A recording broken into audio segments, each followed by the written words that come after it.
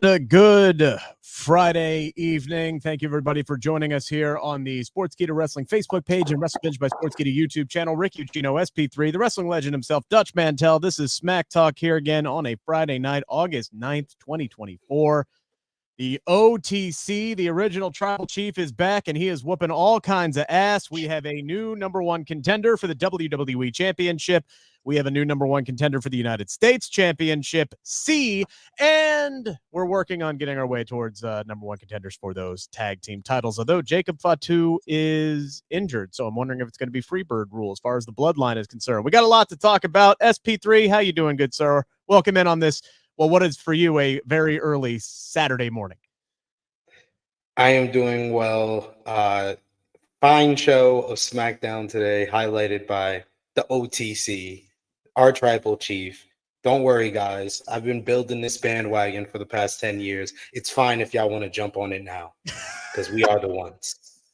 I was going to say, Roman Reigns is finally getting those babyface reactions that WWE always hoped and wanted him to get, and it's a long time coming. And you could tell tonight he was soaking in he was milking those ooh-ahs, man. He did 3 of them. I think he did 3 ooh-ahs tonight. He's just soaking it all in. Good for him, though. Absolutely The greatest worker in the world. He does the least amount to get the most reaction. This is why I've been on the bandwagon of Roman Reigns for a lot longer than a lot of y'all. But don't worry, there's room in the back of the bandwagon that I build. Y'all can get a back seat. Y'all can get a back seat. Y'all don't get up front. Dutch can get up front. But none of y'all. None of y'all. You hear that? Hey, it's a very early in the morning for you, Sid. It's a very late Friday night for me. You know how many bars I've been in tonight? About 8 or 9. So, but then I had to run and get my computer, get it out, watch the show, and hey, I got something to say, and I think the people will know what I'm talking about if they watch the show halfway. We had a death in the wrestling community this week. Kevin Sullivan. I have known him probably longer than any other guy in wrestling, because we kind of started out together and we would met up a few places along the way. He was a great guy, had a great wife. Of course, he's had a couple of wives, and very sad about what happened to him. He lives in Oregon, I think, and he went to Miami to do a signing. And while he was there, he was involved in an accident. I don't think he was driving, though. And he almost lost his leg. They were talking about amputating his leg. And I guess what he's been in here lately was a rehab facility. And I thought he was doing better. And I got news this morning that he had passed away. And I hate it. I hate it for his family. But he was a really good guy, and that one hit harder than most of them hit, because I was friends with him, not best friends, but friends for a long, long time. And every time I would see him, it's like we never spent any time apart. And he would bring up this, and he'd bring up that, and we'd like old buddies just meeting up. But my condolences to the family.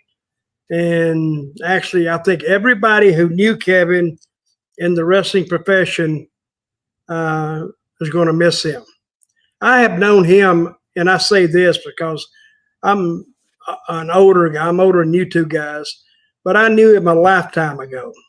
That's how long it was. So, but anyway, Kevin, we miss you, or I miss you. The wrestling business is going to miss you. So rest in peace, brother. Yeah, Kevin was a bit before my time as a wrestling fan, SP3, but obviously you see all the reaction pouring in on social media today. When you got somebody like, MJF sending out a tweet saying, hey, look, anybody who's actually a student of the game watched and studied and learned from Kevin Sullivan. He definitely left an impact on the business. There's no doubt about that.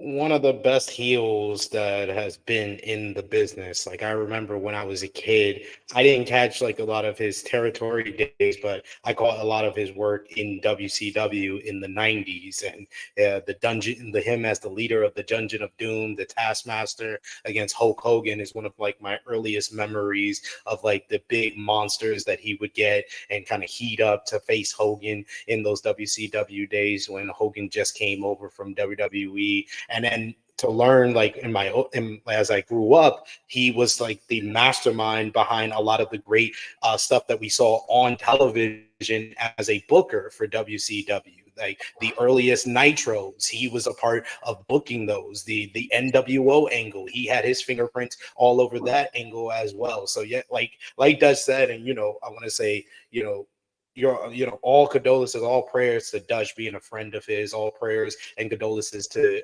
Kevin Sullivan's family. But as a professional wrestling fan, I very much appreciated what Kevin Sullivan was able to do as a profession. And I went back and saw the territory days when he was really on the come up and feuding with the likes of Dusty Rhodes and Sting. But what he was able to do creatively as a booker and a writer in WCW, I would not have my earliest memories of the Monday Night War without Kevin Sullivan.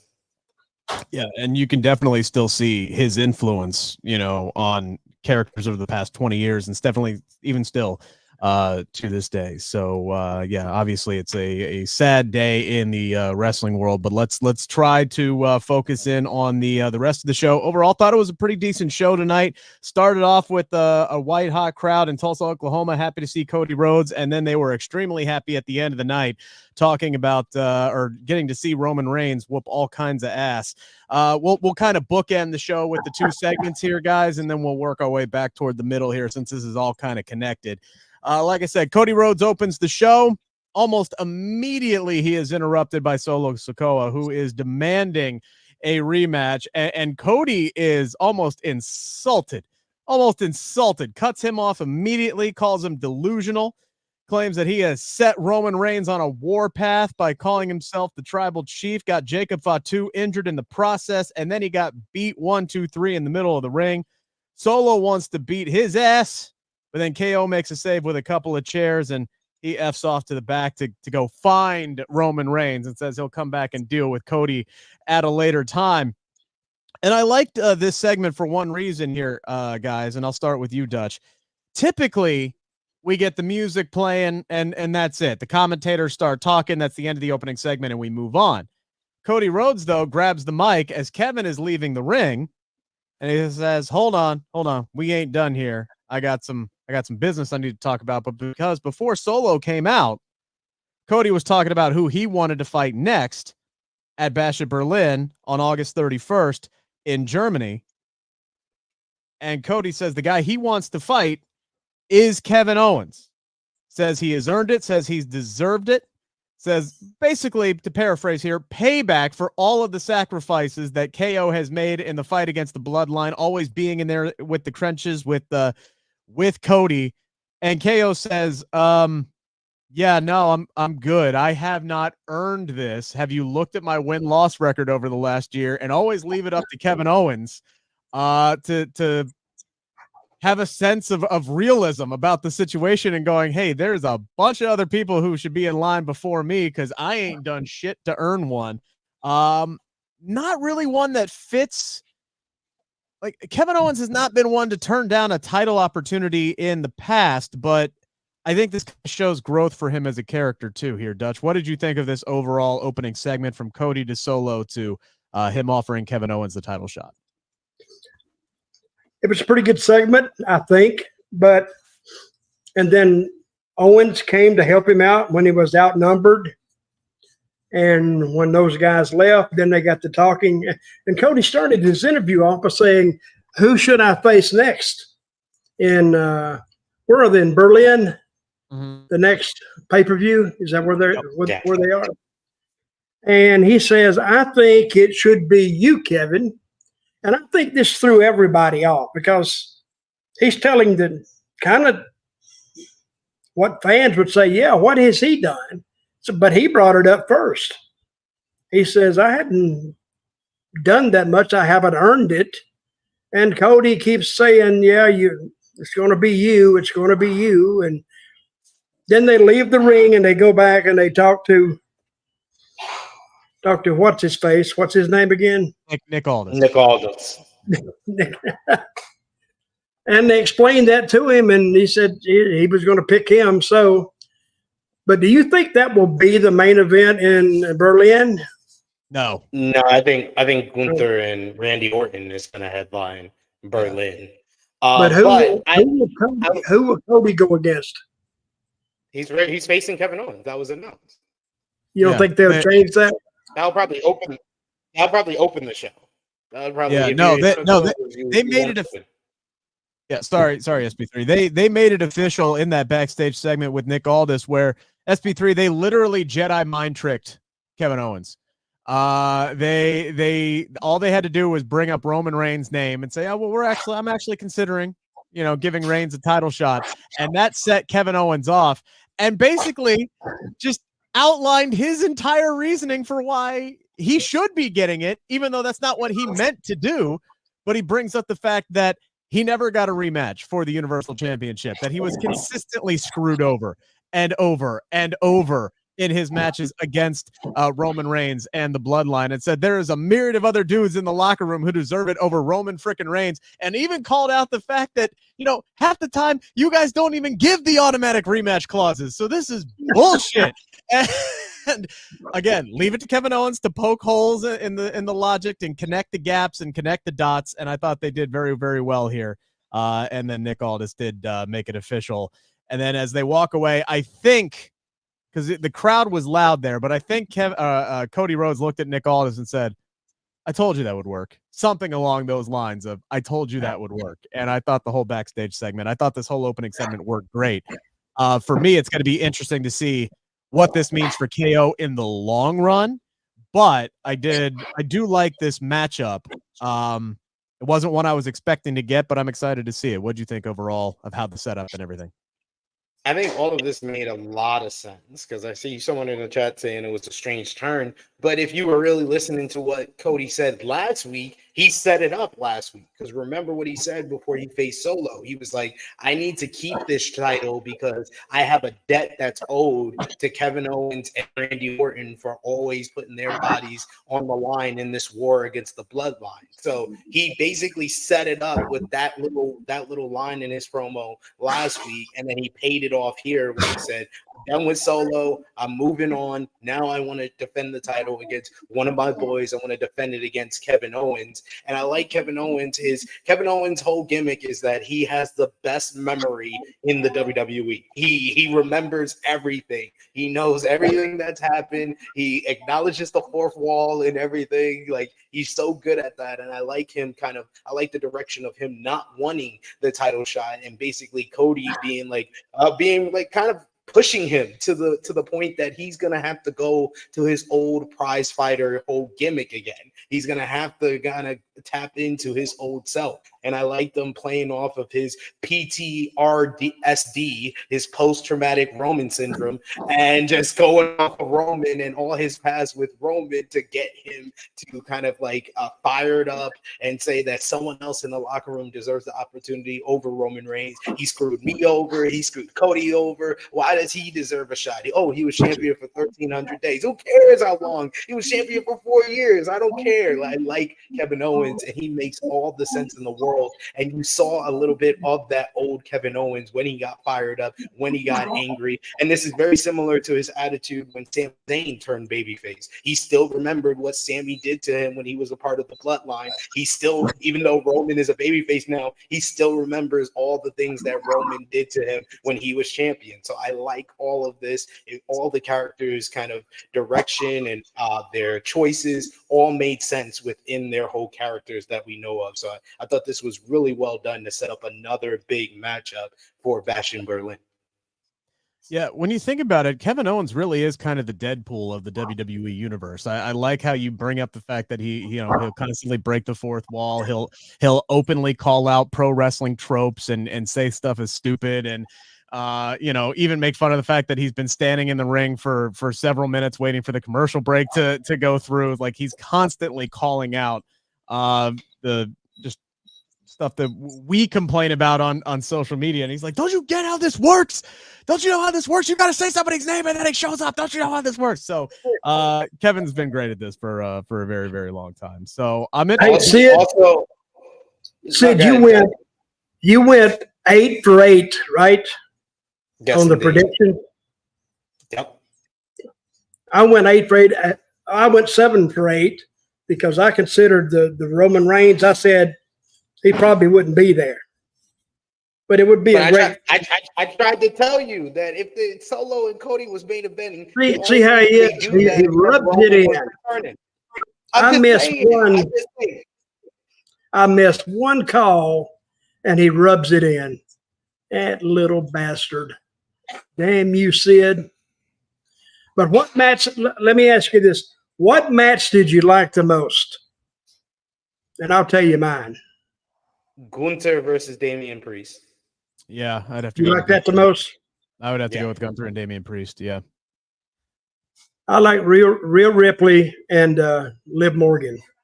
Love that was another one. And they opened with it. Yep. Because they followed that old 80s open with your hottest deal, except for your main event. So, and they were getting with it. And that Dominic did a perfect turn, then kissed her, and that angle has legs. And they can run with that now. I'm not the only one to say this, but Dominic has to be the first guy who did a heel turn while also still being a heel. Like, the guy just went more heel than he already was in that angle. He's now super heel. And I'm very interested to see if this new version of the Judgment Day, how much legs that group has, because I think the Terror Twins as baby faces, Damian Priest and Rhea Ripley, is going to be an incredibly hot act for a very long time. And look, I think, man, I had my doubts at times about what they were doing with booking Damian Priest as Mr. Money in the Bank and as the World Heavyweight Champion, but I got to give kudos to where he's at right now. I mean, the crowds are hot for him. The way he was presented this past Monday as just this ain't even about the world title. I know I can win that back. He's got that swagger. He's got that confidence. He just wants to rip the Judgment Day's head off. This feels a lot to me like conference realignment. This is like Texas and Oklahoma have just left the Big 12, and now let's see if the new Big 12 can be as successful as the old Big 12 without them. So I'm going to be very interested to see how that moves forward. But the fact that Judgment Day is still around and we now officially have no original members left in the group. That group looked dead in the water about 3-4 months into their run, and it has been widely successful for, honestly, everybody involved. And now Monday Night Raw has their Bloodline level story. They have their story that involves a whole bunch of characters. It has layers to it. Rhea Ripley is an even bigger babyface coming out of SummerSlam. Damian Priest, they did an excellent job of getting him ready for this real big babyface run and made him a sympathetic figure with the fact that Finn Balor betrayed him in the way that he did. And I like the story of Finn saying that it was because Damian cost him the championship a year earlier. I would have loved if he would have even took it even further back and said, oh, I'm the one that wanted no leaders in the Judgment Day. Remember, I was the one that convinced y'all to get Edge out of here. I would have loved that he would have just made it even more, but I like his explanation, like what they did on Monday Night Raw with the Judgment Day. And yeah, like you said, that was a really strong match, Dutch, Rhea and Liv. I thought they delivered in the opening spot. And that's what I was watching it for, that match, and it opened up first. I said, great. And it just rolled from there. But I think opening with that was the best thing they could have done to get that show on the road and get it moving, and they did. By the way, also, I love the full circle of everything with Judgment Day here, because two of the first people that they beat the shit out of when they got together as a group was Liv Morgan and Dominic Mysterio. And now those two were part of the reason that the original two were kicked out of the group. So I love the fact that this has been going on for quite some time. And I remember, I believe I wrote the article for SK. I think I wrote about why Liv Morgan should be in Judgment Day over Rhea Ripley. And now here we are 2 years later, and she's the one that's in Judgment Day, and Rhea Ripley's a big star. So I was right, but I was wrong at the same time, and I can admit that. You got what you wanted. But going back to Cody and Kevin Owens, I like the fact that you could do this matchup at Bash in Berlin, but it's going to really be about the bigger story, which is Randy Orton. Because there was one little line that what Cody Rhodes said when he was trying to convince Kevin Owens. He was like, look what's happening on Raw. Like, Randy Orton's got a shot. And he was like, and Kevin said, like, Randy deserves a shot. But, like, basically you're comparing him. And Cody said last week, I owe a debt to both Kevin Owens and Randy Orton. So why is Kevin Owens getting the shot and Randy Orton isn't? I know the real reason is Randy Orton already has a shot at Gunther for the World Heavyweight Championship, but in the psyche of Randy Orton's probably asking, oh, why does Kevin get the shot at you? Why didn't I get the shot? I'm the one that's been looking at the title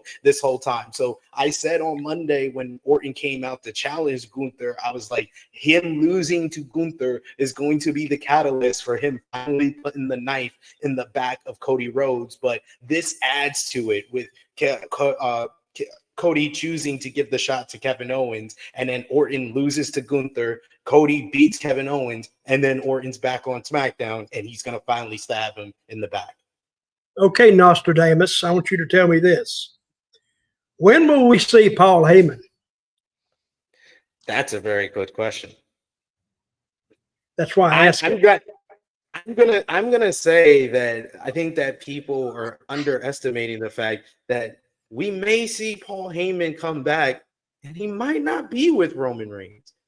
I don't know. I think Solo needs Heyman more than we're letting on, and it wouldn't be the first time that Paul Heyman aligned with someone that beat him up. Remember, Roman Reigns, Superman punched him just 3 years ago, and then he came back and he betrayed Brock Lesnar in favor of Roman Reigns. Maybe it was the beatdown by Solo that convinced him to finally acknowledge Solo as his tribal chief. I honestly feel this Roman Reigns character does not need Paul Heyman, and I feel like Solo needs him more. Paul Heyman's motivations have always been to align himself with the person or the group that gives him the most longevity, right? So it's going to come down to which group, which bloodline faction does he believe that he can be most profitable with? And that's the one that Paul Heyman is ultimately going to align himself with. I think Paul Heyman may show up. I mean, I don't know. He may not show up until Survivor Series, honestly, at this point. I don't know. But I think slowly you're going to start to see Roman get some backup. But right now, man, with Jacob Fatu out of the picture, he didn't need much backup tonight. That man rolled down to the ring in the main event segment tonight and beat the piss out of these two guys that Paul Heyman put over as dangerous and psychotic and unpredictable. And there was a reason why they weren't put in the bloodline, because they can't be controlled and that they're so dangerous. Roman Reigns whooped their ass tonight, Dutch. Like these guys were henchman 1 and henchman 2. No problems. I love the fact that it made Roman look like a total badass. And like I said at the top of the show, he was soaking in the crowd reactions, and god damn it, has he earned those crowd reactions. But you know what I get punked tonight. You know what I expected there with Roman taking on the other two guys? I expected Cody to halfway show up and they have the stare down in the show. Nothing changes, but as Cody comes back and tries to get those two guys off Roman. He hates Roman. Roman hates him, but still, they could have helped each other. I don't think it would have hurt anything. That's what I expected. But since he didn't show up, we're at the same spot we would have been anyway. So I don't think they gave anything away. And I think everybody now is thinking, like we are, where they're going. And they all have this is the great thing about wrestling. If you think about it and say they can do this and they can do that, and if you got the fans thinking that means you got them thinking you won the battle. I mean, the booker and the booking has won the battle over the fans. And tonight in Tulsa, they had 11,000 people. I remember going to Tulsa and having 1,000 people there. But now this whole show is hot. The territory or the company is hot. And I think Endeavor bought in right at the right time. Or TKO bought in right at the right time. What's the name of that company that bought in? It was Endeavor that basically made TKO with TKO. WWE and UFC. I would just say, I think the next move for Solo, if you don't have Jacob Fatu, you see the Tongans, just these two Tongans is not enough for Roman Reigns. But there's a big old 6'8", there's a big old 6'8" giant Tongan who can come in and help out. I think that Hikaleo's debut is happening sooner rather than later to really give them a 4-on-1 numbers advantage against Roman Reigns. What is that question we got there? Where's Steven Chambers? Who's that? That is the brother of Tama Tonga and Tongaloa, former IWGP and New Japan Strong Openweight Tag Team Champion. I read another guy, Zilla. Who is Zilla? Fatu, he is the son of Umaga, but I think he's ready quite yet. He's been doing independent showings. He just started wrestling like a year ago. So I don't think he's ready quite yet for that jump. He's going to come eventually, but I think the next one in is going to be Hikuleo. Hikuleo, his contract expired with New Japan Pro Wrestling in June. There's been rumors and reports that he signed with WWE. They're just waiting for the right time to bring him in. And I think that the Jacob Fatu injury has given them that perfect opportunity to bring him in, where he will be like the nice little shift that gives the new bloodline the advantage over Roman, and is the catalyst for Roman needing to call Paul Heyman, needing to bring his family back together, Jimmy Uso come back, Jey Uso be recruited from Monday Night Raw, because Roman is not, even though Roman's going to be on SmackDown next week, he was on SmackDown this week, Roman was not technically drafted to SmackDown. So he can go to Monday Night Raw. Roman is not what?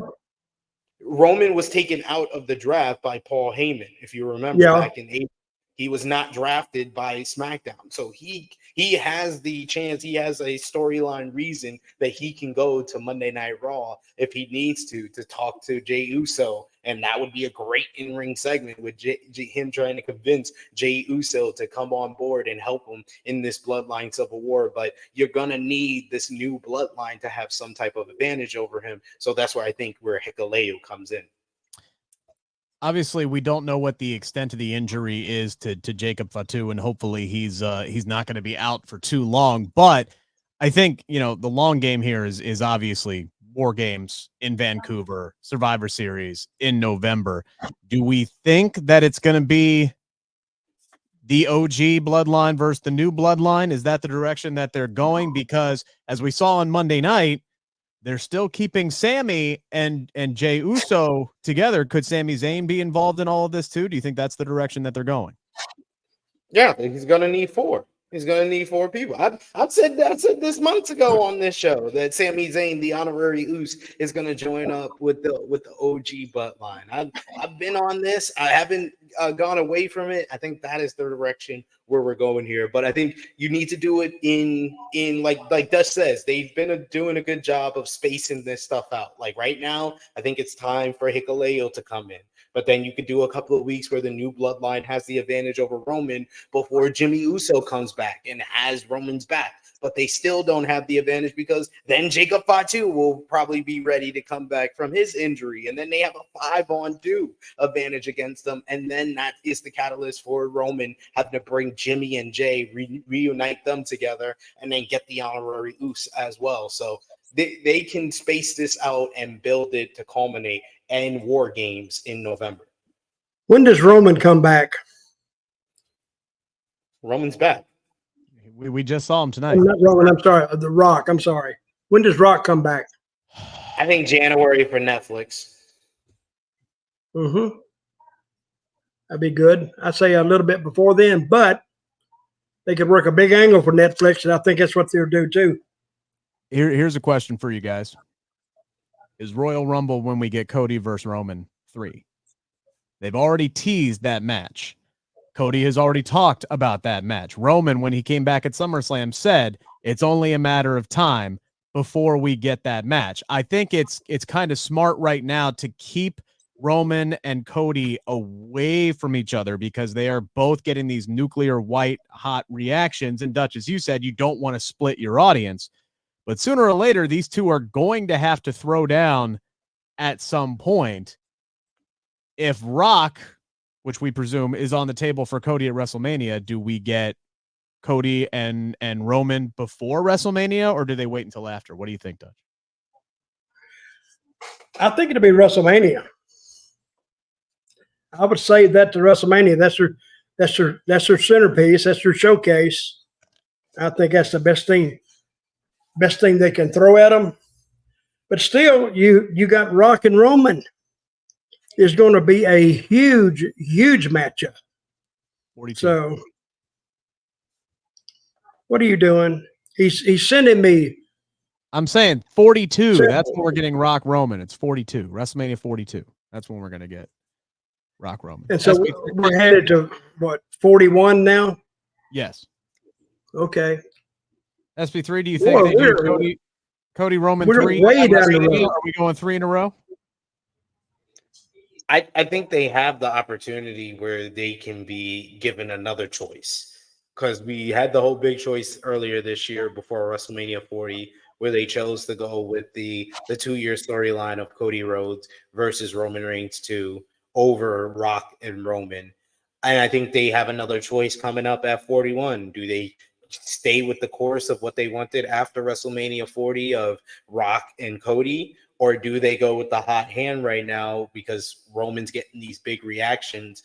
It feels like after this angle that Roman and Solo is going to happen before Survivor Series. That's what it felt like at the end of this show, that they're not going to save that for WrestleMania. So Roman still has a big matchup so Cody and Rock can go against each other. It feels like they could do that at Saudi Arabia if they wanted to, or at Bad Blood, since it's Bloodline. Bad Blood makes sense there as well. So I think that they have the opportunity to have a choice, see what the hot hand is going to go with. But I also like your possibility, and I talked about it earlier this week, that you could do Rock wins the Royal Rumble, and then you could do a Rumble PLE where that doesn't main event the show, and you main event with Roman and Cody 3, because Rock will be the winner of the Royal Rumble, and it's an unpredictable outcome then, because Rock could face Roman for the championship, or he could face Cody for the championship, and you could do that as the main event of the Royal Rumble,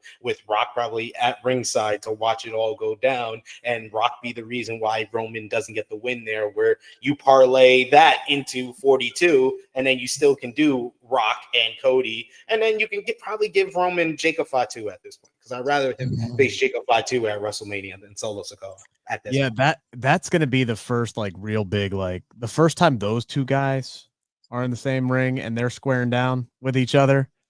Who is this? Jacob Fatu. Jacob Fatu and Roman Reigns. When those two, Hey, it writes itself. Yeah. Because if we can sit here and go all the way to WrestleMania 2 years from now, they're sitting around saying, hey, we just got to take our time. And they don't got to have these outlandish plans, because they have set all this up so beautifully, really, that it writes itself.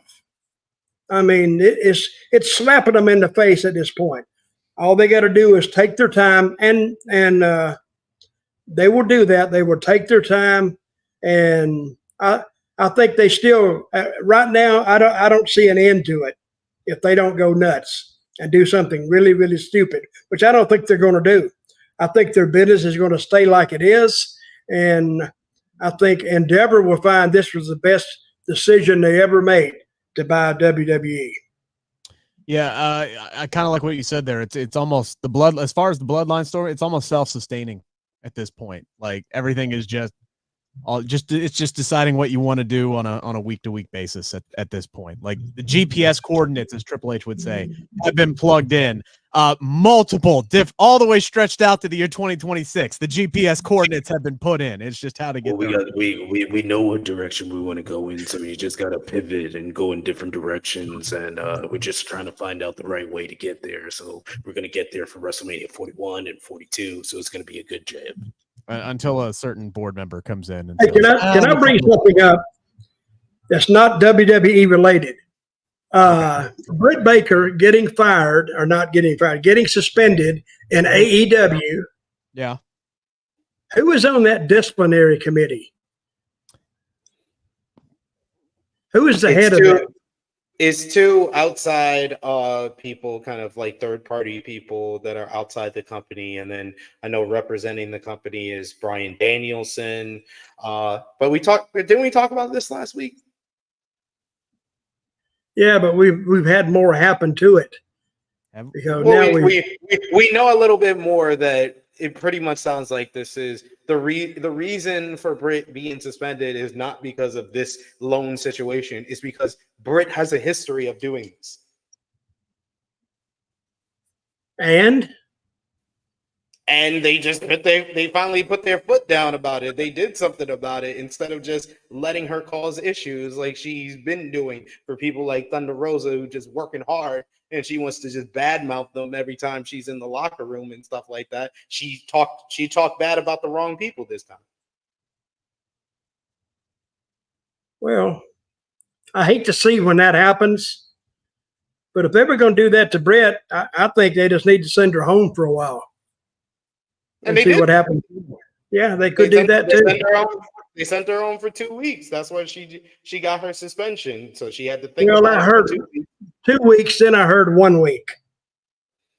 That's what I heard. Technically, she wasn't there at the show this week, right? They did a taped thing.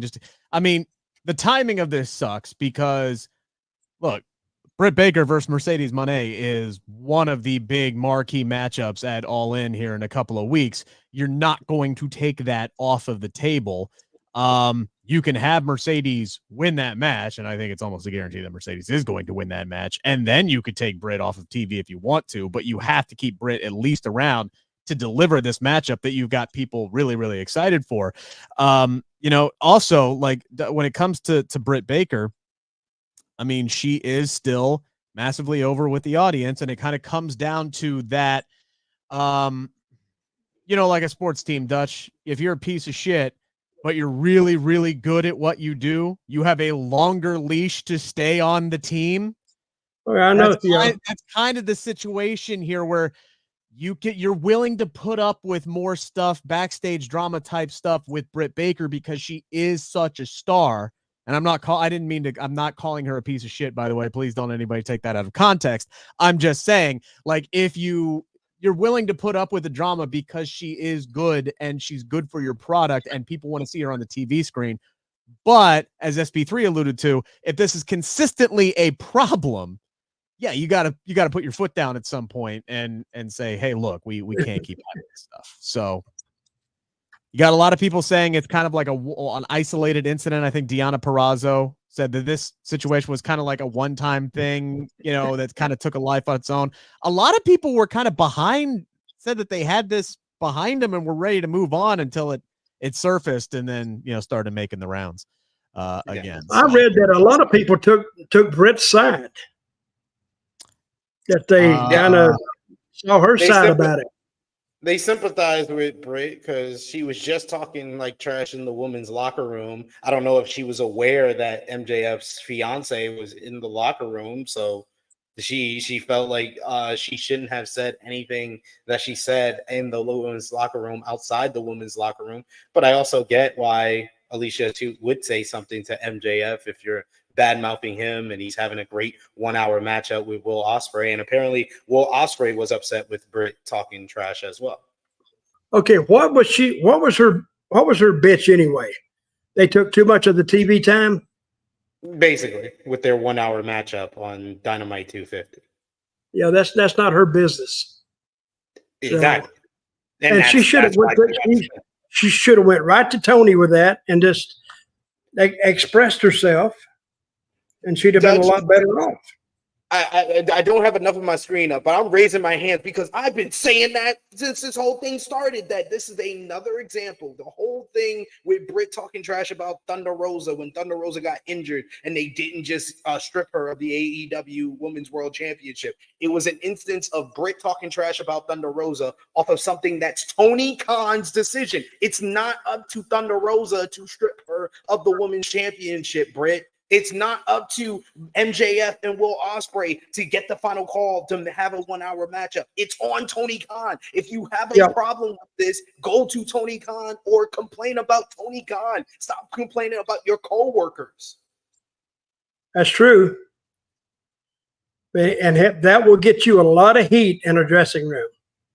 If you don't address the right people, if you're just talking out in the open, and people get hot at you for that.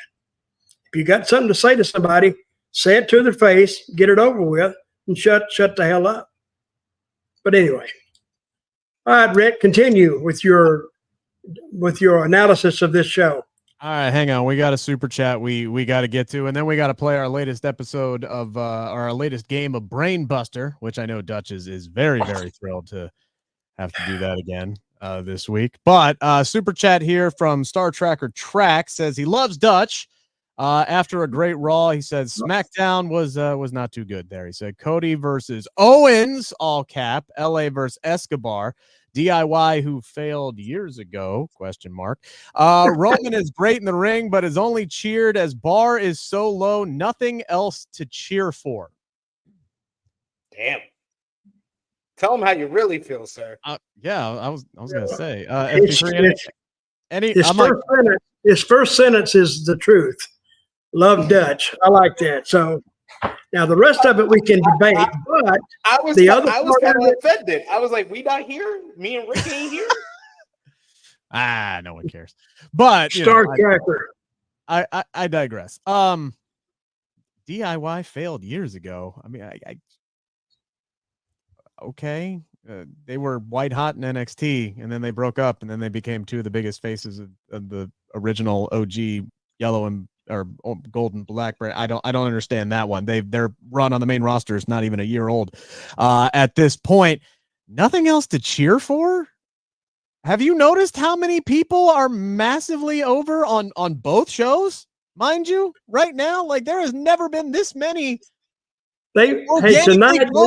faces in since Star Tracker tonight they would have cheered Rick. They were just in a cheering mood. Okay, Dutch, is Tulsa, Oklahoma a notoriously huge pro wrestling crowd? Like you just show up and you're gonna get cheered? Does Tulsa, Oklahoma have that reputation? Tulsa, Oklahoma, when I was there, was a great town to work. Okay. Because those people love wrestling and they don't mind telling you. So I love to work there. So you knew where the fans were and what they liked, and it wasn't a case study in psychology with them. They would just flat out tell you in your first trip to the ring. So I really liked I like working in Tulsa. I like working in Oklahoma. I will say this much. They're not rooting. Fans are not rooting for Roman Reigns because there's nothing else to cheer for. I can guarantee you that's absolutely ludicrous. All right. So like I said at the beginning, I built this bandwagon like 10 years ago, and y'all just started jumping on board because Roman has a great character now. That's the reason why. All right. What did you hit, Rick? We gotta play Brain Buster, baby. We're playing the game. I can't even see that thing. You got to increase the percentage. You got to go higher than 100%. You got to zoom in.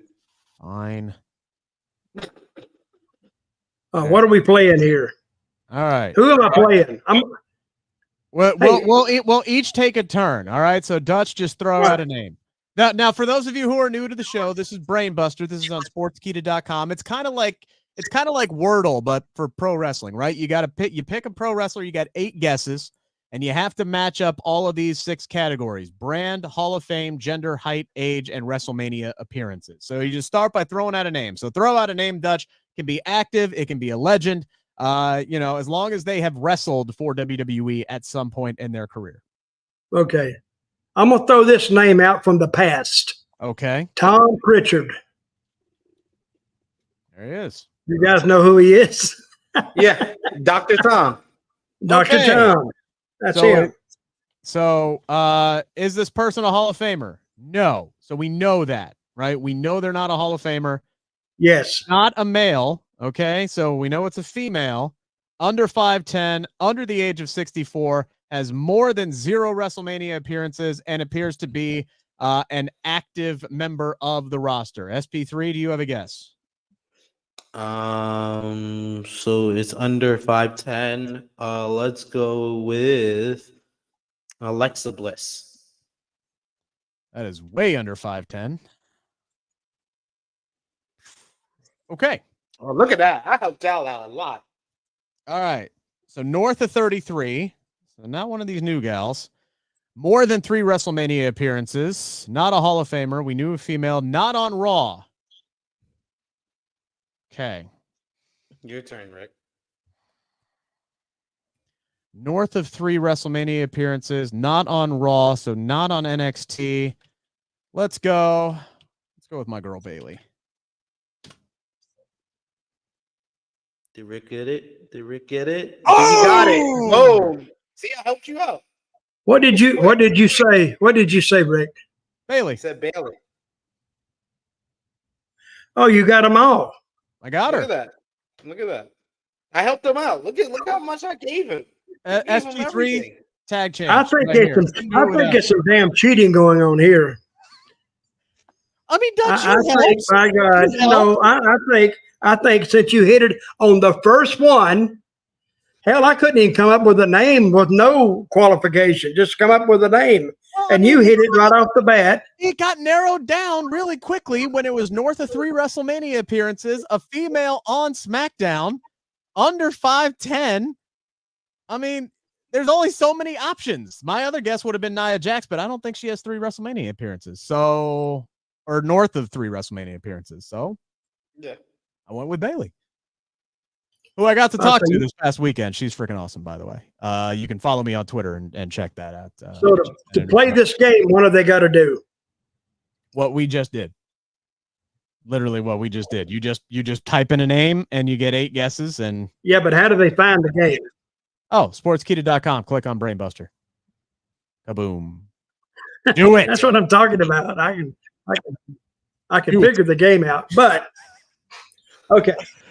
Hang on. Hey, I like the other way you had this. You had it to 3, but 2 up top and 1 down below. Yeah, well, that's not easy to watch. That's not how our thing is set up. I'll pass that along. They didn't make that overlay that way, Dutch. I'm sorry. All right. Well, let's go through the rest of the show here. We are what? Oh, never mind. No, yeah, we'll expedite it. OTC. I did love the organic OTC chants tonight, by the way. I thought that was nice. They worked themselves into that one. All right, my notes are all askew. We had A-Town Down versus the Street Profits. These two work really, really well with one another. Street Profits had a promo beforehand. They end up getting the win, right? Dawkins absolutely yeeted Grayson Waller into the timekeeper's area. Dude didn't even touch the wall. Then they hit the super blockbuster that gets the Profits the win on Austin Theory.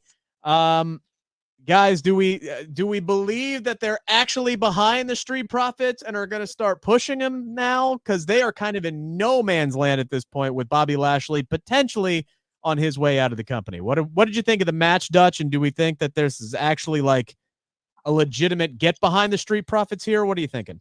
Well, yeah, at least the Theory and the Kid, they have a story, and I thought we would see some of that tonight. We didn't see any of that.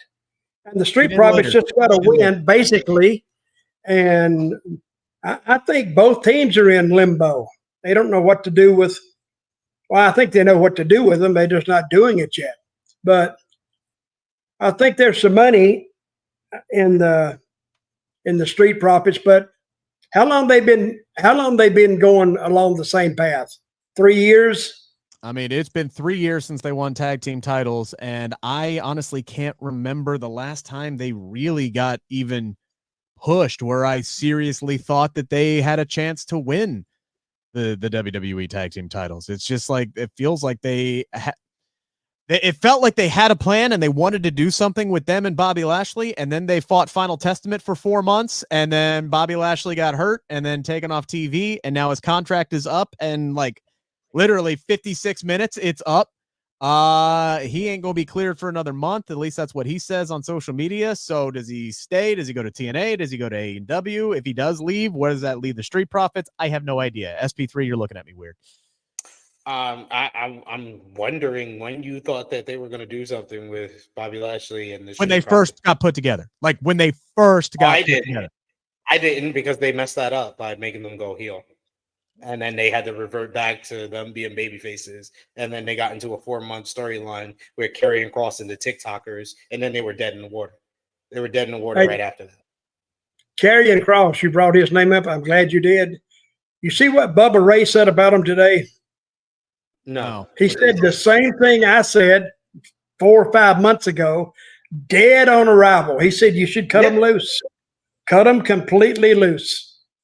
And when they had Baron Corbin and his partner out there tonight, that's another case. They don't know what to do with those guys. They just put them on TV they're just there. And so I don't know. At least they're starting a story. Like, at least they have a rivalry of some point. Sure, it's a lower card rivalry, but at least it made sense for them to interfere because they got beef with Angel and Berto. We'll get to that matchup coming here in a bit. But SP3, I will say this: like, if you're not gonna hop on the Street Profits now, right? Like, because they could honestly go with either the Street Profits or DIY, right? Like, Street Profits, they ran the gauntlet. What was it, 2 weeks ago? They ran the gauntlet 2 weeks ago, end up losing off to the Bloodline. So they could actually have a gripe to go at the Bloodline and say, hey, take us on when we're not dog-ass tired because we just beat 4 teams, right? DIY got the shaft last week in Cleveland. They pinned Johnny Gargano in the middle of the ring in his hometown 28 days after they win the tag team titles, and then they didn't even get involved in the main event when it looked like there was an opening for them to get involved. So Johnny doesn't even get to be on the field at Cleveland Brown Stadium. Oh man, I feel bad for if the people in Cleveland actually thought they were going to get involved. I didn't. I guess I was more hopeful than anything. Like, the window was there. The window, like, initially at night, I'm sitting here, I'm wondering, did the knee injury take them out of the equation? Because I'm watching this match unfold. I'm like, okay, we got KO, we got Randy. We haven't seen Jacob yet. Who's going to take Jacob out? I'm like, is it going to be Jimmy? Could it be Jay? DIY would make a lot of sense because Bloodline screwed them out of the tag titles just 24 hours earlier. And then the knee injury happened, and I'm like, oh, damn, did we just, like, get a segment get cut from this? Because, like, I felt like Roman came one guy too early. And then apparently, no. It was always supposed to be, like, Jacob was just going to take himself out. And I'm like, well, that is stupid as hell. So DIY gets the shaft, but obviously they still have issues with the Bloodline. You could go either direction here as far as tag team title opponents are. Are they going to take the tag team titles off the Bloodline? I feel like Roman could screw them over. I don't think they'll do that. I think whoever wins this matchup between DIY and Street Profits is just going to be the first victim of the Bloodline. I would say probably you go with DIY to get their rematch out of the way, because we already have seen, whether it be Jacob and Tama or Tama and Tonga, we've seen both of those combinations versus the Street Profits. Yeah, the Street Profits have their whole story, and I think that them coming up short against DIY could be the catalyst for them to turn heel, because their promo before their matchup did kind of lean to that they're growing frustrated with the fact that they haven't been tag team champions in 3 years, and maybe them on their own without Bobby Lashley could be the way to finally kind of turn them heel. Because even though the fans are always into the Street Profits, always give them a good reaction, I think that the WWE has grown enough trust, and like Dutch said, they're so hot that they will accept now a Street Profits heel turn. if you're not going to push them now as a tag team after 3 years, I'm all aboard the split train and just see if you can progress them. Pick whichever one you want to go heel. My vote would be for Tez, and you can elevate Tez into the singles realm. He can go up against LA Knight for the United States Championship. I'm talking months down the line, maybe even beat him for it, right? Like, start something. Who did you say you would make heel? Tez. I think Dawkins is just a natural babyface. I think Tez can pull off either role. Just me personally. All right. So let's see. We had Tiffany backstage planning Nia Jax's championship celebration for next week. Pretty funny exchange between her and Pretty Deadly. And then Chelsea popped up. Going to be interesting to see how they move. I think Bayley is going to get another match against Nia Jax, probably at Bash at Berlin. Going to be interesting to see who gets Nia next. After that, maybe they're setting up Chelsea Green here. We'll see how that goes. Jade Cargill versus Alba Fire tonight. I was really hoping we would get a chance to see Alba cook here a little bit. That was not the case. This was a relatively easy, quick, dominant squash win for Jade Cargill. And then we get Blair Davenport coming out. And then Naomi comes out to complete the big three. And we get the melee here. Trios match at Bash at Berlin. Yeah, is that where we think we're going with this one here, Dutch? Let me ask you a question. Yes. Has Cargill went up against Nia Jax yet? Yes or no? Yes, but not in the really. Queen of the Ring tournament. Queen of the Ring tournament ended in a disqualification. Baited her into using the chair. That girl still needs a lot of work. She still looks hesitant, and I guess if it's not laid out in the plannings, she looks great, but she looks lost during the match. Like she don't know where to go, what to do, where to be. So the other girl, the Bianca, she knows she's got it down. But Cargill, how long has she been in the business? 2 years? More? Longer. About 3 years. 3 years. Okay. Well, 2021 was her first match. She's still learning, but she looks so good, you just can't put her on the card. Yeah. You got to put her in a spot to where she looks like a star, and she does, but her work rate is just not there yet. I mean, she does okay, but if you know what you're looking for, you know, she needs more experience. And I don't know if she's going to get that or not. Hopefully she does, because she is a star. And the Tiffany girl is going to do great. And I didn't like the interview with Tiffany and my girl, because I Chelsea. Oh, he was frozen, so I knew something was going to happen. But not, to double up on that, I wasn't too thrilled with the backstage segment either. I don't know if it was really that needed. And as far as Jade, I said it to my friend earlier. I was like, Jade has a once in a lifetime type of look. She's a really good athlete. She has impeccable strength, but she's just green as fucking green. What the hell? Hi, Dutch. Hi, Dutch. We're still on the air. I'm here. Yeah, we know. We see you. What happened to my camera? I don't know. I have no idea. You did it. I didn't do shit. Well, we can live with it. Yes, you did. Dutch, we can live with it for another 10 minutes. It's all right. All right. We'll plow through. We can do, as long as we can hear you. That's it. We can hear you as well. And look, to your point, I think that's why this tag team exists, right? This tag team exists so she can latch on to Bianca like a sponge, learn from her, and she can come in and gradually you can give her more and more stuff to do in these matches, right? She can come in and get a hot tag and she can do her spots, the pump kick and things like that. They have her working more heat lately. She's been selling a lot, which is something she never did in AEW. Like, they never had her really take any offense whatsoever. It was just squash match after squash. So they're giving her work to do, and she's out here on the press tours, and she's out on the overseas tours, and she's working the house shows. So they're trying to get her as many reps as they possibly can.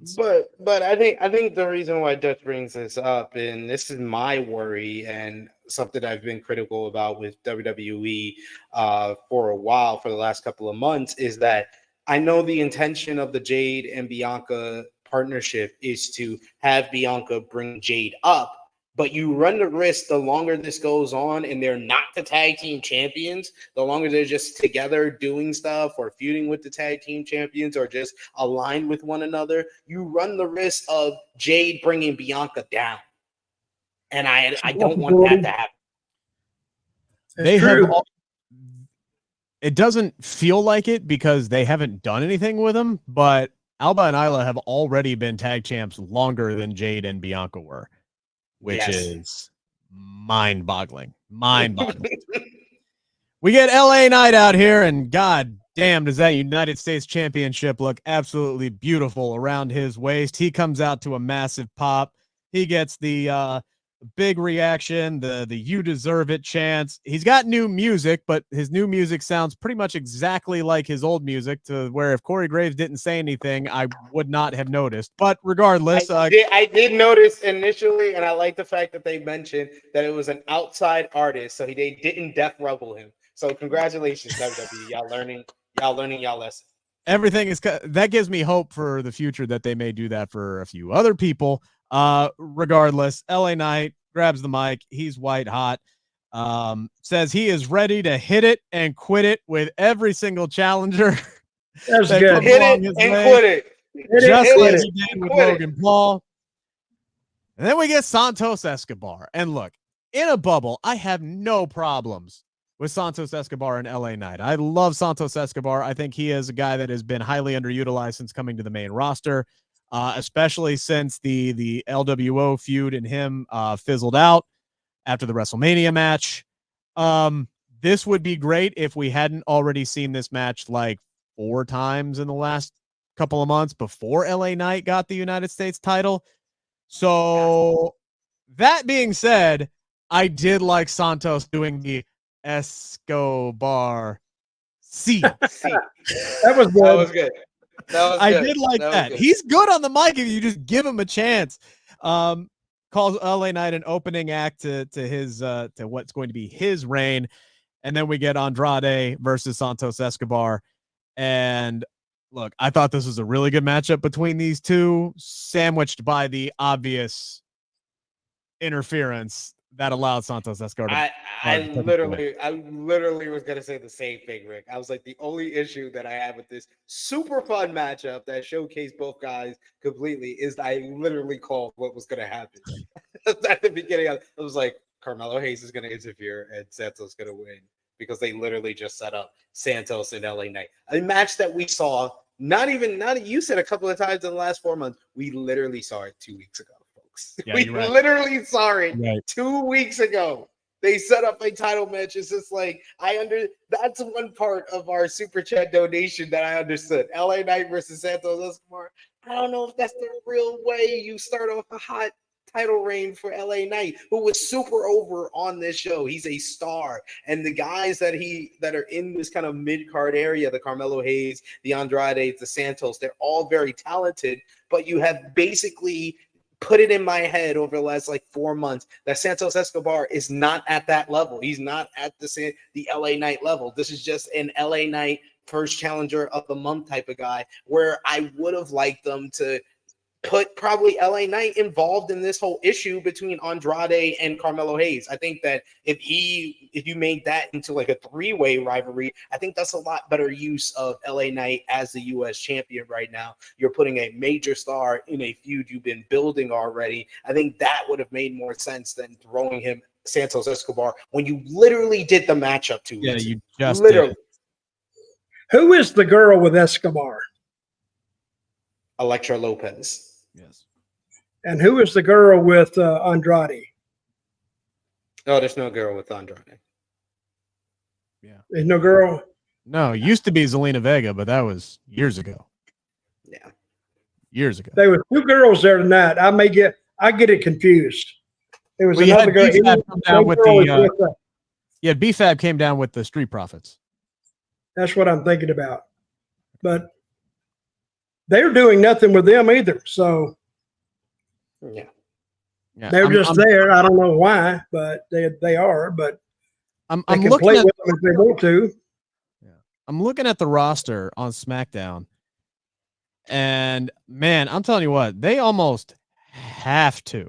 They almost have to turn somebody heel or split up a tag team or something, because I'm not seeing a whole lot of challengers for a babyface United States champion right now. AJ Styles, potentially, right? Andrade's kind of a babyface, but you could put him with LA Knight if you wanted to. Question. Yeah. Who is the new guy that they profiled tonight? Yeah, we were just gonna get to that. Okay. We got a vignette for Giovanni Vinci, Oh, formerly that wasn't Pitbull? I thought that was Pitbull. Mr. 305, I thought it was 305. You Mr. thought it was Florida Pitbull? International, Mr. Florida International. We got Giovanni Vinci. He is skiing in the Alps. He's driving a very expensive car through the streets of Las Vegas. Looking honestly like he should have been drinking at Dos Equis as the most interesting man in the world. But regardless, this is kind of something they did with him a little bit in NXT. SP3, the first time they split him from Imperium, because Dutch, he used to be with Imperium. He was one of the dudes who was standing next to Gunther, your boy. And then he and Ludwig Kaiser kicked his ass a few months ago, and we haven't seen him since. And then he got drafted to SmackDown, and now they're going to bring him back solo. So maybe he's coming back as a heel, potentially. Have you seen him? Have you seen him work? Yeah, he's a good worker. I don't know. Is he? I don't think he has a lot of charisma, and I think that I don't know if this character is the right fit, because I feel like the character didn't really work in NXT the first time they tried it, and that's why they put him back on the main roster with Imperium. But hey, if you're gonna try it again, it's your best shot to do it. I think he's very talented in the ring, so if you can make it work, make it work. But I don't have high hopes. Does this like feel like an Italian Alberto Del Rio kind of character? Yeah, that's basically what he is, Dutch. He's an Italian Alberto Del Rio.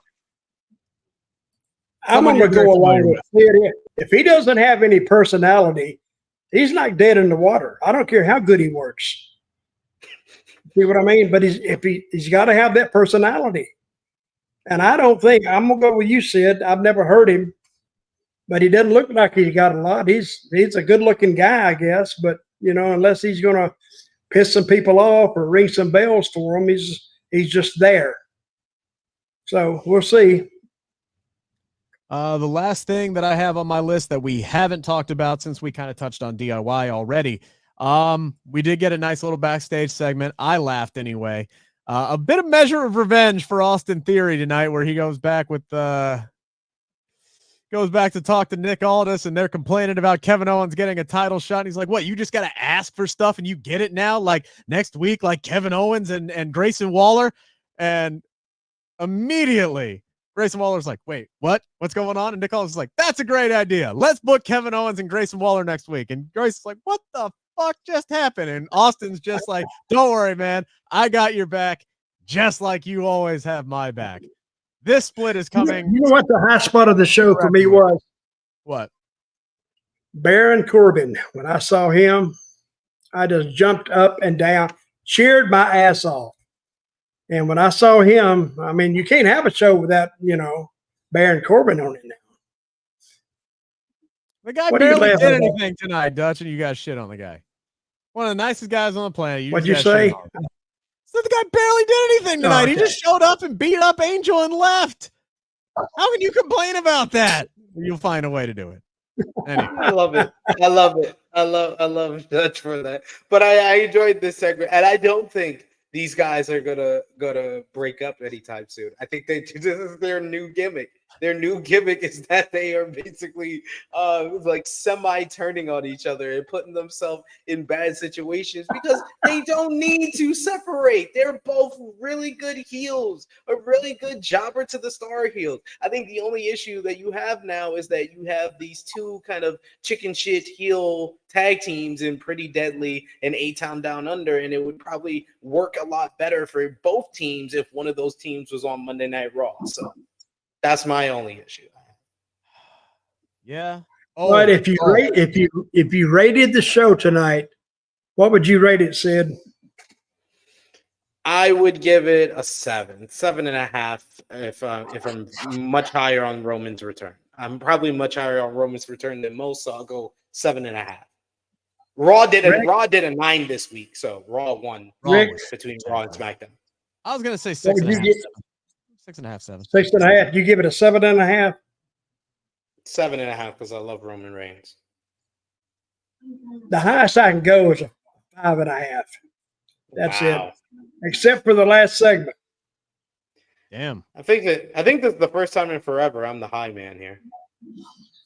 So I'll go 7. I was too high. I'll go 7. We made him second guess himself. Here's a good topic to go out on real quick. Because SP3, we're talking about the tag team division like it's going to be sticking this way for a while. It may look very different come here in a couple of months with potentially the addition of the Motor City Machine Guns and the Lucha Brothers from AEW, who say, reportedly, the NXT don't work for them. So if WWE wants them, they are coming to the main roster. Where would you put them? Who is this you're talking about? The Lucha Bros. One of your favorites, Penta El Zero Miedo and Rey Fenix. The two Mass brothers from AEW are coming to WWE.